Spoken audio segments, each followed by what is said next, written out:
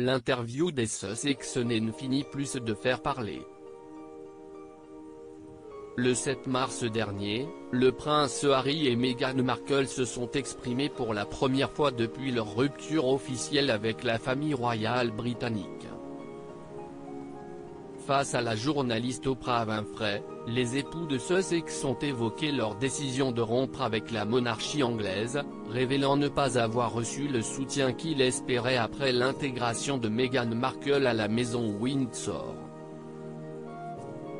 Lors d'une séquence filmée dans le jardin du couple, la duchesse de Sussex a par ailleurs révélé avoir épousé le prince Harry 3 jours avant le mariage officiel, une manière pour le couple de sceller leur amour loin des regards de la presse et du reste du monde. Le prince Harry a ajouté que la cérémonie avait eu lieu en la seule présence de l'archevêque de Canterbury, Justin Welby. Mais alors que le monde entier a pris les paroles de Markle pour argent comptant, voilà qu'un proche de l'archevêque en question vient les démentir.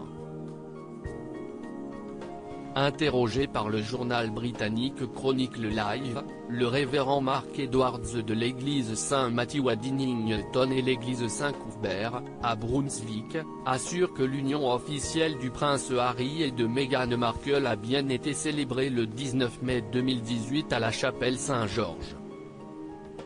Justin ne célèbre pas de mariage privé, a confié le pasteur au quotidien. Meghan est américaine, elle ne comprend pas. Aucun mariage n'a eu lieu avant l'événement national télévisé. Il a ajouté, Justin a eu une conversation privée avec le couple dans le jardin au sujet du mariage, mais je peux vous assurer qu'aucun mariage n'a eu lieu avant l'événement national télévisé. Si mariage il y a eu, celui-ci n'était donc pas officiel. Sur Twitter, le révérend anglais Tiffany Robinson s'est également exprimé, affirmant que la cérémonie évoquée par Meghan n'était sans doute qu'une union non officielle. Elle peut considérer ça comme son mariage si elle en a envie.